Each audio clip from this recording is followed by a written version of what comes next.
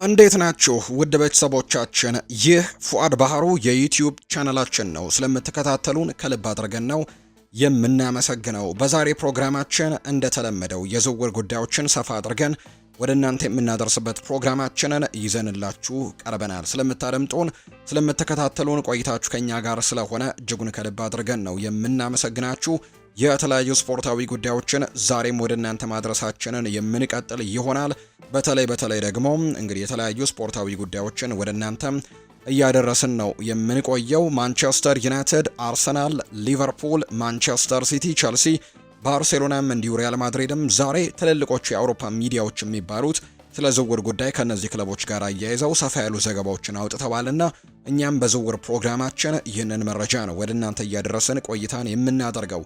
ይህንን ቻናል ያልተቀላቀላችሁና ይህንን ፕሮግራም እያደመጣችሁ ያላችሁ ቤተሰቦቻችን ቻናላችንን ሰብስክራይብ እያደረጋችሁ የቤተሰባችን አባል ሁኑ። እንዲሁ ደግሞ ቻናላችንንም ሰብስክራይብ ያደረጋችሁ ቤተሰቦቻችን ደግሞ ቪዲዮአችንን ላይክ እያደረጋችሁ ሀሳብ አስተያየቶቻችሁን ኮሜንት ቦክስ መስጫው ላይ እየጻፋችሁልን ከኛ ጋር ቆይታን እንድታደርጉ እስከ ፕሮግራማችን ፍጻሜ ድረስ በአክብሮት ነው የምጋብዛችሁ። የተለያዩ ስፖርታዊ ጉዳዮችን እያነሳሳ ለተከታዮቹ ደቂቃዎች አብረን እንቆያለን።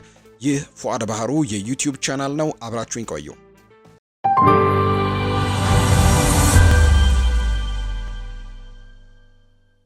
ማንቸስተር ሲቲ እስካሁን ድረስ ቀጥተኛ የሆነ የውድድር ዘመን አልነበረውም። ቅዳሜና እሁድን በፕሪሚየር ሊግ የደረጃ ሰንጠረዥ ሁለተኛ ሆኖ ሊያጠናቅቅም ይችላል። የፔፕ ጓርዲዮላው ቡድን በክረምቱ የዝውውር መስኮት ጥሩ የሆነታ የተዋቀረ ሲሆን አሁን ደግሞ በ2026 ሊፈጸሙ ስለሚችሉ ስምምነቶችም እያሰቡ እንደሚገኝ ጭምር ነው የተገለጸው። አዲስ ቀኝ ተከላካይ ስለሚፈልግ መታየት ከሚጠበቅባቸው ቦታዎች አንደኛው የመከላከል መስመራቸውን ማጠናከር ነው። ኢላማቸውን ለይተዋል። ከነዚህ አንዱ ደግሞ ሲያስፈልግ በመሃል ተከላካይ፣ ሲያስፈልግ ደግሞ በዛ ቦታ ላይ መጫወት የሚችል አይነት ተጫዋች እንደሆነም ጭምር ይነገራል። እንደ ፉትቦል ኢንሳይደር ዘገባ ከሆነ የቀድሞው የአስተን ቪላ ዋና ስራ አስፈጻሚ ኪት ዋይነስ ኤዝሪል ኮንሳን የሚወክለው አካል በሚቀጥለው ክረምት ወደ ማንቸስተር ሲቲ ሊደረግ ስለሚችል ዝውውር ድርድርም ማድረጉን ገልጸዋል። እሱ በፕሪሚየር ሊግ ውስጥ ካሉ በጣም ቋሚ ከሆኑ ብቃቶች መካከል አንደኛው ነው።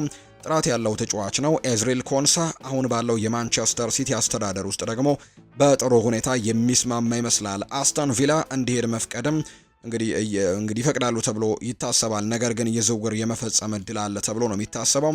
የመጀመሪያ ውይይቶች እንደነበሩ ተሰምቷል። ነገር ግን አሁን ላይ ምንም አይነት የረቀቀ ነገር ግን የለም። አማራጮቹን እየተመለከተ ነው። በዚህ ነው እንግዲህ የሚነሳው እንግዲህ እሳት ከሌለ ጭስ አይታይም ይባላልና የዝውውር ወሬ በመኖሩ ምክንያት ነው ማንቸስተር ሲቲ ይህንን ተጫዋች ለማስፈረም እንቅስቃሴዎችን ማድረጉ መረጃዎች እየወጡ የሚገኙ። ስለዚህ ወዴት እንደሚያመራ የሚታይ ጉዳይ ነው። አስተን ቪላ በጣም ቋሚ ስለሆነ እሱን ለማስቀረትም ይጓጓል ወይም ደግሞ ላለመልቀቅ ይወስናል። በመከላከል መስመራቸው ላይ ወሳኙ ተጫዋቻቸው እንደሆነ ምንም ጥያቄ የለውም። በእርግጥ ለቪላ ችግር የሆኑት የመሃል ተከላካይ አጋሮች ናቸው። ስለዚህም በዛ ላይ ደግሞ መስራት ይኖርባቸዋል። ምናልባትም የሂሳቡ ግን የዚህ ተጫዋች የዝውውር ዋጋ ግን ጥሩ ሊሆን ይችላል እና ምናልባት ቪላዎች በዛ ነገር ላይ ከፍ አድርገው ሊሸጡትም ይችላሉ። ኤዝሬል ኮንሳ ባለፉት 2 ዓመታት ለአስተን ቪላ ከፍተኛ ብቃት ያሳየ ተጫዋች ነው። ስለዚህም ቢሄድ ደግሞ ለእነሱ በጣም ከባድ ሊሆንባቸው እንደሚችል ይታመናል። በሌላ በኩል ለማንቸስተር ሲቲ ደግሞ ምናልባት ይህንን ተጫዋች ማስፈረም የሚችል ከሆነ በጣም ጥሩ ግዢ ሊሆንላቸው እንደሚችል ግን በርካቶች ግምቶቻቸውን እያሰፈሩ እንደሚገኝ ነው መረጃዎች እየወጡ የሚገኙት። አርሰናልና ሊቨርፑል የሊዮኑን የክንፍ መስመር ተጫዋች የሆነው ማሊክ ፎፋናን ለማስፈረም ፍላጎት አላቸው። የ20 ዓመቱ ቤልጂያማዊ ተጫዋች ወደ ፈረንሳዩ ክለብ ከተዘዋወረ በኋላ በጣም ጥሩ ነገሮችን አድርጓል። እናም በ74 ጨዋታዎች ውስጥ ደግሞ 25 ጎሎችን አስቆጥሯል። በአውሮፓ ውስጥ ከፍተኛ ግምት የሚሰጠው ሲሆን ትክክለኛ መመሪያ ካገኘ ደግሞ ከፍተኛ ደረጃ ላይ መድረስ የሚችል ጥሩ ተጫዋች ተደርጎም ይወሰዳል። እንደ ፌጂያስ ዘገባ ከሆነ ሁለቱ የፕሪሚየር ሊግ ክለቦች ፊርማውን ለማስጠበቅ ፍላጎት ያላቸው ሲሆን በክረምቱ የዝውውር ወቅትም ለመንቀሳቀስ ይወስኑ እንደሆነ ማየቱ አስደሳች ያደርገዋል። ሁለቱ በመጨረሻም የሜዳው ሶስተኛ ክፍል ላይ ተጨማሪ የፈጠራና ቆራጥነትም ያስፈልጋቸዋል። የ20 ዓመቱ ተጫዋችም ማስፈረምም ጠበባዊ ውሳኔ ይሆናል ተብሎ እንደሚጠበቅ ነው መረጃዎች የወጡት። ማሊክ ፎፋና ለቡድኑ ፍጥነትን፣ ውበትንና የማይገመት ባህሪንም የሚጨምር ነው።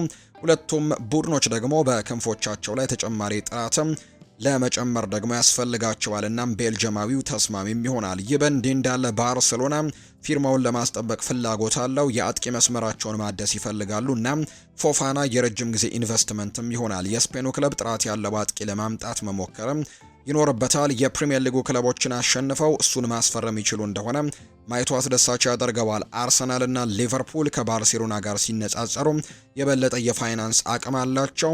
እናም ደግሞ የስፔኑ ሻምፒየን ክለብም ለአብዛኞቹ ተጫዋቾች አስደናቂ መዳረሻ ነው። በዓለም ላይ ካሉ ትልልቅ ክለቦች አንደኛው ናቸው። እናም ደግሞ እነሱን የመቀላቀል እድልም ለመተው አስቸጋሪ ሊሆን ይችላል። ፎፋና ምን እንደሚወስን ማየቱ አስደሳች ያደርገዋል። በከፍተኛ ደረጃ ላይ መጫወትም እንዲሁ ደግሞ ለዋና ዋንጫዎችን መታገል ይፈልጋል። ሶስቱም ክለቦች ይህንን መድረክ ሊሰጡት ይችላሉ። ሊዮን እሱን በርካሽም ሊለቀው አይችልም። እናም ከፍተኛ ዋጋ ሊጠይቅም ይችላል። ሁኔታው እንዴት እንደሚሆንም ወደፊት የሚታይ ጉዳይ እንደሚሆን ነው መረጃዎች በትልቁ እየወጡ የሚገኙት። የማንቸስተር ዩናይትድ የመስመር ተጫዋች የሆነ ኮቢ ማይኖ በቅርብ ወራት ውስጥም የክለቡን ለቆ ይሄዳል እየተባለ ሲነገር ቆይቷል። የ20 ዓመቱ ተጫዋች በኦልትራፎርድ ቋሚ የመጫወቻ ጊዜያቶችን ለማግኘት እየታገለ ሲሆን ኮቢ ማይኖ ብዙ ጊዜ ለመጫወት ክለቡን መልቀቅም አለበት። በሙያው ህይወቱም በዚህ ደረጃ በየሳምንቱ ወንበር ላይ መቀመጥም አይችልም። ይህ ደግሞ ለእድገቱ ጎጂ ይሆናል። እንደ ፌጂያ ዘገባ ከሆነ የመስመር ተጫዋቹ አሁን ቀጣዩን መዳረሻ መርጧል። ሪያል ማድሪድን መቀላቀልም ይፈልጋል። የስፔኑ ክለብም እሱን ለማስፈረም ቅናሽ ለማድረግም ፈቃደኛ ይሆን እንደሆነ ማየቱ አስደሳች ያደርገዋል። ማንቸስተር ዩናይትድ የተጫዋቹን ዋጋ 90 ሚሊዮን ዩሮ አድርጎ ገምቶታል። ማንኛውም ክለብ ይህንን ያክል ገንዘብ ለመክፈልም ዝግጁ ከሆነ እጅግ አስገራሚ ያደርገዋል። ኮቢ ማይኖ ብሩህ የወደፊት ጊዜ ያለው እጅግ በጣም ጥሩ ተሰጥኦ ተደርጎ የሚመለከቱታል። ነገር ግን በማንቸስተር ዩናይትድ አልተፈለገም።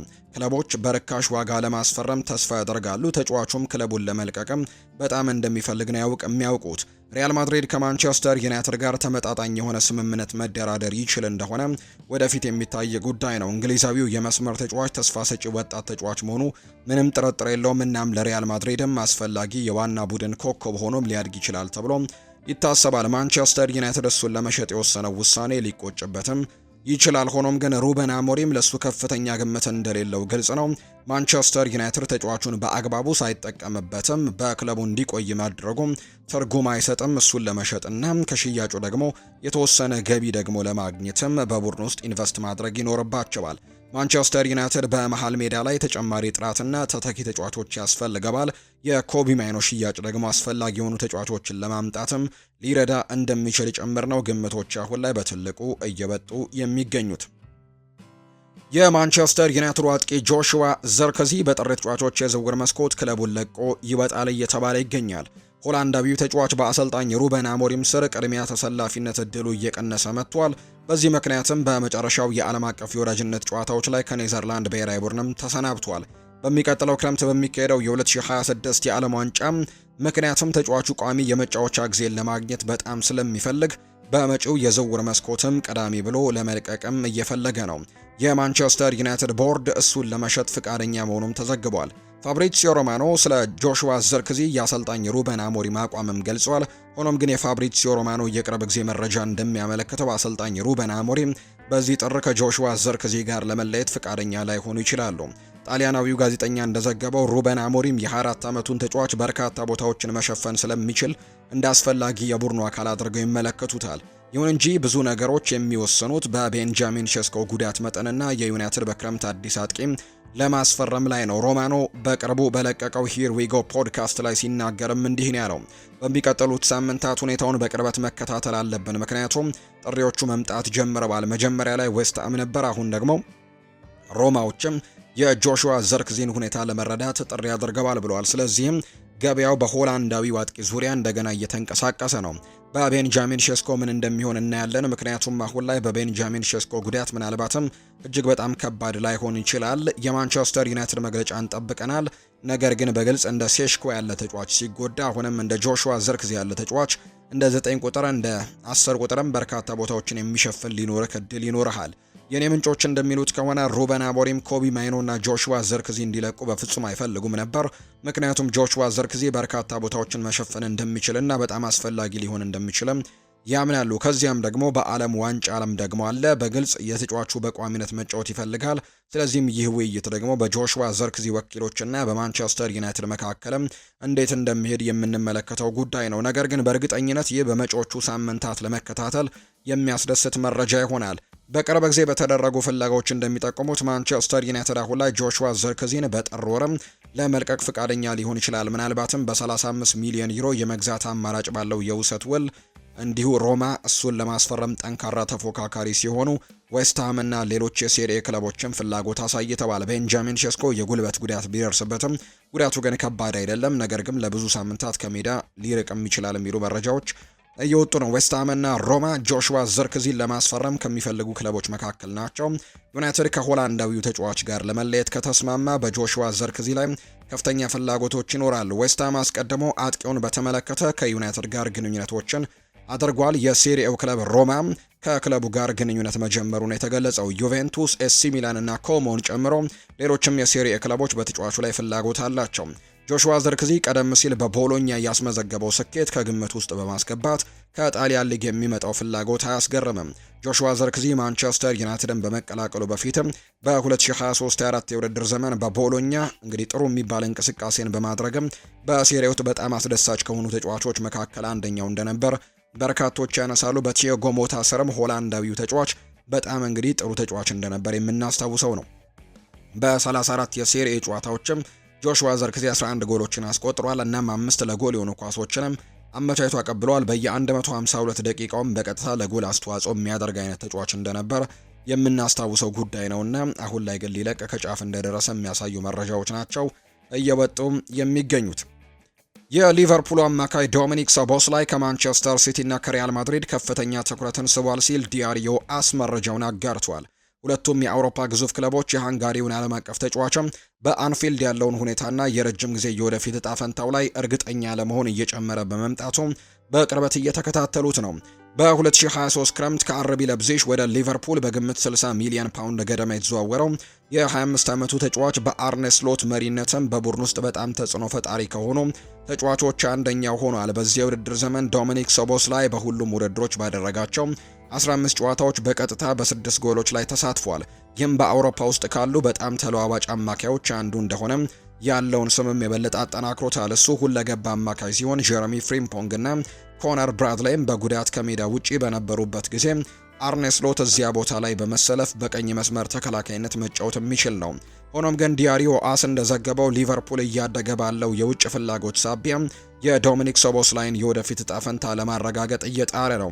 አሁን ላይ ያለው ኮንትራቱ እስከ 2028 ድረስም የሚቆይ ቢሆንም ክለቡ ግን በቡድን ውስጥ እያደገ የመጣውን ደረጃ ለማንጸባረቅ የውል ማራዘሚያውና ከፍተኛ የደሞዝ ጭማሪ ለማድረግም እያሰቡ ነው። ሶቦስላይ በአሁኑ ወቅት በሳምንት ወደ 135,000 ዩሮ ገደማ ያገኛል። ነገር ግን የሊቨርፑል አመራሮች ታማኝነቱን ለማረጋገጥና ሊሆኑ የሚችሉ ገዢዎችን ለመከላከል ይህንን አሃዝ ለመጨመርም ፈቃደኞች ናቸው። ማንቸስተር ሲቲም ሆነ ሪያል ማድሪድ በሃንጋሪያው አማካይ ላይም ተደንቀባል። ሲቲ ደግሞ በተለይም በተጫዋቹ የመላመድ ችሎታ ወይም አዳፕታቢሊቲ ላይ በጣም ተደንቀውበታል። ይህ በእንዲህ እንዳለም ሪያል ማድሪድ አማካይ ክፍሉን ለማሻገርም ባለው እቅድ አካል እሱን አድርገው እየተመለከቱት ነው። በቅርብ ዓመታት ውስጥ ጁድ ቤሊንጋም እና ሌሎች አማካዮች ቀድሞ ካስፈረሙ በኋላ ሎስ ብላንኮቹ በሁለቱም የፊትና የኋላ አማካይ ቦታዎች ላይ መጫወት የሚችል ሌላ ሁለገብ አማካይ ይፈልጋሉ። የዶሚኒክ ሶቦስላይ ለሊቨርፑልና ለሃንጋሪ ያሳየው አቋምም ከአመራርና ከሙያ ብቃቱ ጋር ተዳምሮ በማድሪድ የስካውቲንግ ክፍልም ሳይስተዋል አልቀረም። ማንቸስተር ሲቲም ሆነ ሪያል ማድሪድ አፋጣኝ እንቅስቃሴዎችን ያደርጋሉ ተብሎ ባይጠበቅም ሁለቱም ክለቦች ግን የዝውውር ሂደቱን በቅርበት እየተከታተሉ እንዳለ ነው መረጃዎች የወጡት።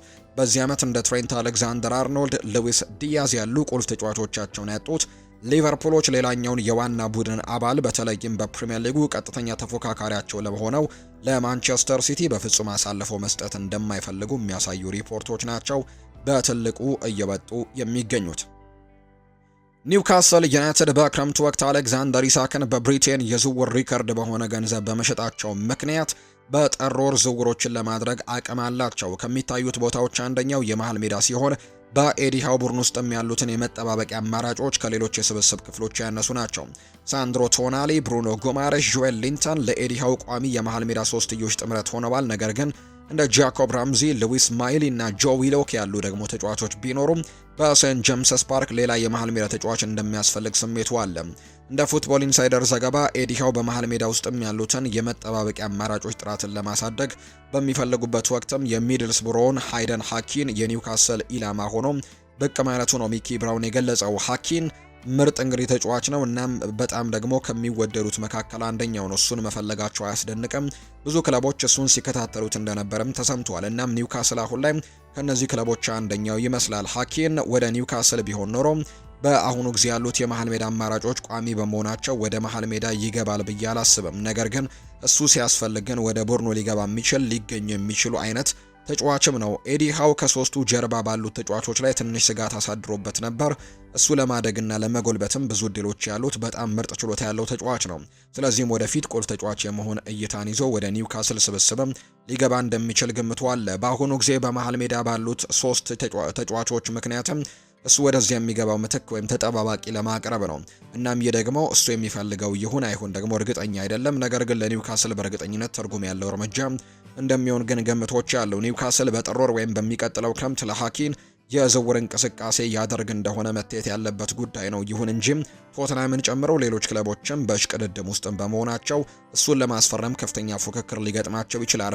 የማንቸስተር ዩናይትድ አጥቂ ጆሹዋ ዘርክዚ በጥር ተጫዋቾች የዝውውር መስኮት ዋዜማ በጣም ከሚፈለጉ ተጫዋቾች አንደኛው እየሆነ ነው። በርካታ የፕሪሚየር ሊግና የአውሮፓ ክለቦችም የሆላንዳዊውን አጥቂ ለማስፈረም ዝግጅት እያደረጉ ነው። በቲም ቶክ ዘገባ መሰረትም ዌስትሃም ዩናይትድ የ24 ዓመቱን ተጫዋች ሁኔታ ከሚከታተሉት 5 ክለቦች መካከልም የእንግሊዝ ክለቦች መካከል አንደኛው ሲሆን ሲቪያ፣ ፒኤስቪ አይንድሆቨንም እሱን ለማስፈረም ከባድ ፍላጎት እንዳላቸው ነው የሚነገረው። ባለፈው ዓመት ከፍተኛ ተስፋ ተጥሎበት የማንቸስተር ዩናይትድን ቡድን የተቀላቀለው ዘርክዚ ትልቅ ብቃቱን አልፎ አልፎ ቢያሳይም በሩበን አሞሪም የመጀመሪያ አስተላለፍ ውስጥ ቋሚ ቦታን ማግኘት ግን ተስኖታል። በ2026 የፊፋ የዓለም ዋንጫ እየተቃረበ ባለበት ወቅትም አጥቂው በሮናልድ ኪውመን የኔዘርላንድ ብሔራዊ ቡድን ውስጥ ቦታ የማግኘት እድሉን ለማጠናከር የመጀመሪያ ቡድን ቋሚ ተሰላፊነትን እየገፋበት እንደሆነ ተዘግበዋል። ከተጫዋቹ ጋር ቅርበት ያላቸው ምንጮች እንደሚያመለክቱት ጆሹዋ ዘርክዚ ለዩናይትድ ሙሉ በሙሉ ሙያዊና ቁርጠኛ ሆኖ ደግሞ መቆየት ቢቀጥልም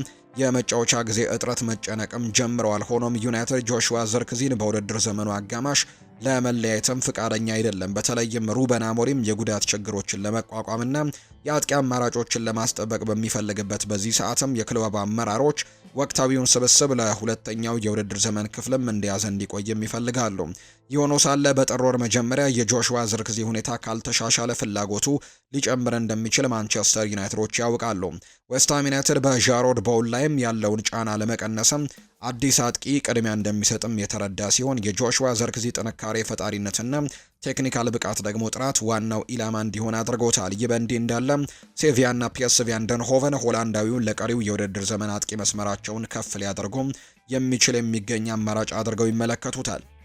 የዝውውር ባለሙያው ፋብሪዚዮ ሮማኖ በቅርቡ እንዳለው በአውሮፓዊ ያሉ ክለቦች የጆሹዋ ዘርክዚን ሁኔታ በቅርበት እየተከታተሉ እንደሆነ ይናገራል። በባህሪው ከበርካታ ስርዓቶች ጋር ይጣጣማል። ሁለገብ ነው፣ ወጣት ነው። እናም ደግሞ ለዓለም ዋንጫው ደግሞ ተነሳሽነት ይኖረዋል። በበርካታ ግንባሮች ላይ ፍላጎቱ እየጨመረና የጆሹዋ ዘርክዚን ቋሚ የመጫወት ፍላጎት ግልጽ በመሆኑ ማንቸስተር ዩናይትዶች በመጪዎቹ ወራት ወሳኝ ውሳኔ ሊገጥመው ይችላል። ጠንካራ አቋማቸውን ይዘው ይቀጥላሉ ወይስ ደግሞ ገንዘብ ይቀበላሉ የሚለው ገና የሚታይ ይሆናል። ሩበን አሞሪም ከቀድሞ የሴሪኤ አጥቂ ይልቅ ቤንጃሚን ሼስኮን ስለሚመርጥ ሆላንዳዊው በዚህ የውድድር ዘመን በ4 የፕሪሚየር ሊግ ጨዋታዎች ላይ ብቻ ነው ተሳትፎ ማድረግ የቻለው። ሊቨርፑል ለኢብራሂማ ኮናቴን ቢቆይም ባይቆይም በሚቀጥለው ክረምት አዲስ የመሃል ተከላካይ ለማስፈረም እየፈለገ ነው። በአሁኑ ጊዜ በውድድር ዘመኑ መጨረሻ ውላቸው ሊያልቅ በተቃረቡ 2 ቁልፍ ኢላማዎች ላይ አይናቸውን ጥለዋል። እነርሱም ማርክ ጉሂና ዳዮቶ ፓሚካኖ ናቸው። ሊቨርፑል ለማርክ ጉሂ ፍላጎት ያሳየው ከጥቂት ጊዜያት በፊት ሲሆን ኦፓሚካኖን ለማስፈረም ፍላጎታቸው ግን በቅርብ ወራት የመጣ ነው። የባየር ሚኒክና የፈረንሳዩ ኮከብ ለአርኔ ስሎት ቡድን እጅግ በጣም ጥሩ ተጨማሪ ሊሆን ይችላል ብለው በርካቶች እየገመቱ ነው። ምንም እንኳን ወደ አንፊልድ መምጣት ለሱ አስቸጋሪ ሊሆን ቢችልም ዳዮት ኦፓሚካኖ በባየር ሚኒክና በአይንትራክ ፍራንክፈርት ጨዋታ ላይ በፉትቦል ኢንሳይደር መሰረትም ፒተር ሩክ እንደገለጸው ኦፓሚካኖ አዲሱን ለመፈረም ከባየርን ጋር በድርድር ላይ ይገኛል። የሆነው ቢቀጥልም በባቫሪያን ያለው የወደፊት እድሉ ግን እጅግ እርግጠኛ ያልሆነ ሆኖ ቀጥሏል። በሚቀጥለው ክረምትም ዳዮት ኦፓሚካኖን የመሰለ ከፍተኛ ደረጃ ያለው ተጫዋችም በነፃ ዝውውር የማስፈረም ተስፋ እንዳላቸው ክረምት ድረስም እና ደግሞ በአዲሱ ውል ዙሪያ ደግሞ ያሉ ውይይቶች በኦፓሚካኖ ተወካዮችና በባየር ሚኒክ መካከል በሂደት ላይ ናቸው። ባየር ሚኒክ የፈረንሳይ ብሔራዊ ቡድን ተጫዋቹን እንዲቆይ ለማሳመን ተስፋ አለው። ነገር ግን እሱ ብዙ አማራጮች ይኖሩታል። እናም ከዚህ መሸሽ ደግሞ የለም። በአሁኑ ጊዜ አዲስ ውል መስማማት ካልቻለም በነፃ ዝውውር እሱን ለማስፈረምም የሆኑ ብዙ ክለቦች ስለሚኖሩ ለፊርማው ያለው ፉክክር ክፍት ነው ማለት ይቻላል። ሆኖም ግን ባየር ሚኒክ ፈረንሳዊውን እንዲቆይ ለማሳመን የተቻለውን ሁሉ እያደረገ ነው። ኦፓሚካኖ ለሊቨርፑል ምርጥ ግዢ እንደሚሆን ምንም ጥርጥር የለውም። ነገር ግን በአሁኑ ጊዜ በጥር ወር ዝውውር ያደርጉ እንደሆነ ለማየትም እንግዲህ መጠበቁ አስፈላጊ ነው ተብሎ መረጃዎች እየወጡ ነው። ማንቸስተር ዩናይትድ እና አስተን ቪላ የሪያል ማድሪዱን ወጣት ብራዚላዊ አጥቂ ኤንድሪክን ለማስፈረም ፊት ለፊት ለመጋፈጥም ተዘጋጅተው እንደነበር መረጃዎች ያሳያሉ። የ19 ዓመቱ አጥቂ በስፔኑ ሻምፒየን ክለብ ውስጥም በሻቪ አሎንዞ መሪነት መደበኛ የመሰለፍ ዕድልን ለማግኘት እየተቸገረ ነው። ይህ ሁኔታ ደግሞ የጥር ተጫዋቾች የዝውውር መስኮት ሲከፈት ከሳንቲያጎ ቤርናቢው ሊወጣ ይችላል የሚል ግምትም እንዲፈጠር አድርጓል። ከብራዚል ምርጥ አጥቂ ተሰጥኦዎች አንዱ ተደርጎ የሚወሰደው ኤንድሪክ በብራዚል ሴሪኤ ውስጥም ከፓልሜራስ አስደናቂ ብቃትን ካሳየ በኋላ እስከ 63 ሚሊዮን ፓውንድ በሚደርስ ትልቅ የዝውውር ዋጋ በደማቁ ሁኔታ ነው ወደ ሪያል ማድሪድ የተቀላቀለው። ሆኖም አቅም ቢኖረውም ሻቪ አሎንዞ እንደ ቪኒሲዮስ ጁኒየር፣ ሮድሪጎ እንዲሁ ኬሊያን ምባፔ ቦታዎች ላይ እንግዲህ ባላቸው አጥቂዎች ላይ መተማመንን በመምረጡና በዚህ የውድድር ዘመን የመጫወት እድሎች ውስን ነበሩበት። የታዳጊ በማድሪድ እንግዲህ 4-0 በአሸናፊነት በቫሌንሲያ ላይ ዘግይቶ ተቀይሮ በመግባት በውድድር ዓመቱ የመጀመሪያውን ጨዋታ አድርጓል። ይህም ስለ ቅርብ ጊዜው የወደፊት እጣ ፈንታው አዲስ ክርክርን እንዲቀሰቀስም አድርጓል የሚል መረጃ ነው እየወጣም የሚገኘው። የፍሬንች ሊጓኑ ክለብ ሊዮን በአሁኑ እንግዲህ የኤንድሪክ ፊርማን ለማግኘት በሚደረገው ጥረት ውስጥ ቀዳሚው ክለብ ሆኗል። አሁን ግን ማንቸስተር ዩናይትድ እና አስተን ቪላም ውድድር ውስጥ ነበሩ የሚሉ ዘገባዎች እየወጡ ነው። ነገር ግን ሊዮን ይህንን ተጫዋች የማስፈረም እድሉ በውሰት በጣም ቅርብ እንደሆነ ነው መረጃዎች የሚያሳዩት። ኤንድሪክ ለ2026 የፊፋ የዓለም ዋንጫ እድገቱን እንግዲህ ወሳኝ አድርጎ በሚመለከተው በተከታታይ በመጀመሪያ ቡድን ውስጥ መጫወት የሚያረጋግጥለት ከሆነ በውሰት ለመዘዋወር ክፍት እንደሆነ መረጃዎች ያሳያሉ። ኤንድሪክ በመደበኛነት መጫወትና በአውሮፓ ውስጥ ራሱን ማረጋገጥ ይፈልጋል። ሪያል ማድሪድ አሁንም በእሱ አቅም ያምናሉ። ነገር ግን እድገቱን የሚያፋጥኑ የውሰት ጥያቄዎችን ለመቀበል ዝግጁ ነው።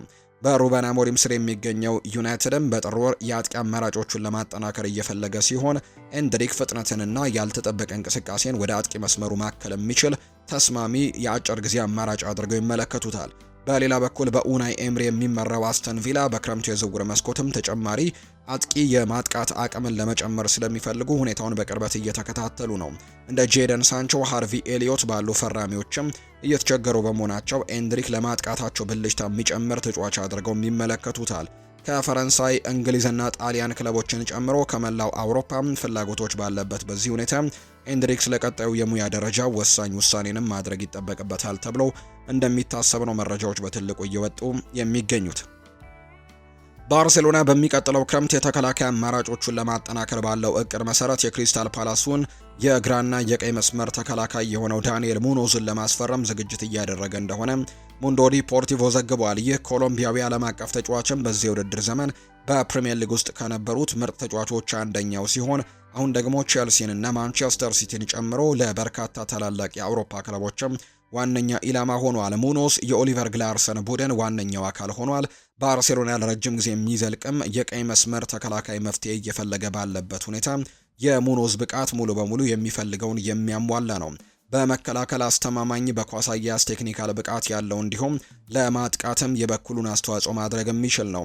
ከካምፕኑ ቅርብ የሆኑ የመረጃ ምንጮች እንደሚያመለክቱት የባርሴሎና ዝውውር ቡድን በሙኖዝ አቋምና ሁለገብነትም ተደንቋል። የካታላኑ ግዙፍ ክለብ የ2026 ክረምት የዝውውር መስኮትም ላይ የቀይ መስመር ተከላካይነትን ቅድሚያ እንደሚሰጠው ይጠበቃል።